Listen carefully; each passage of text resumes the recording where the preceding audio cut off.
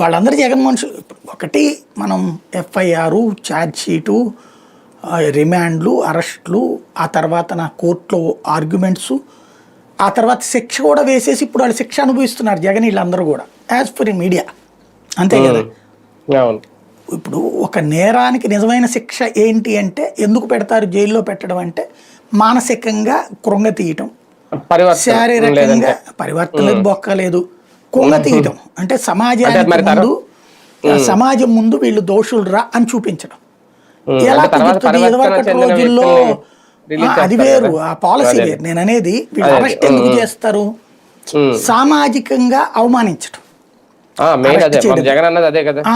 ఇప్పుడు ఆ సామాజిక అవమానం చేసేసరికి వీళ్ళు మీడియా ద్వారా శిక్షించేశారు కూడా. వీళ్ళు అక్కడ కోరిక తీరిపోయింది కదా. నిజంగా శిక్షించి జైల్లో పెట్టడం వీళ్ళ ఉద్దేశం ఏం కాదు. అక్కడ సామాజిక అవమానం క్రియేట్ చేయటం అది చేసేశారు, శిక్షించేశారు ఆ విధంగా. కాబట్టి ఇంకేముంటుంది ఇందులో? వీళ్ళు సాధించేశారు, అక్కడ విన్ అయ్యారు ఆ విషయంలో. కాకపోతే వెంకటేష్ నాయుడు లేదంటే అంతకుముందు 11 కోట్ల రూపాయల క్యాష్ దొరకడం, ఈయన కూడా ఏదో డబ్బుతో నుంచున్న ఫోటో లేదో వేశారు వీళ్ళు. ఇంకా చాలా వీడియోలు ఉన్నాయి, బయట పెడతామన్నారు.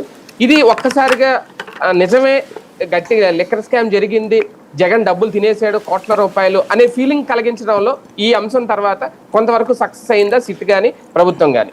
ఈ 11 కోట్లు వెంకటేష్ నాయుడు తర్వాత సిట్ మీద పబ్లిక్ లో ఒక నెగిటివ్ వచ్చింది. అంతకుముందు ఏదో ఉంటుంది అనేటటువంటిది వచ్చింది. కానీ ఈ రెండు కూడా కేసీఆర్ బీజేపీ మీద వేసిన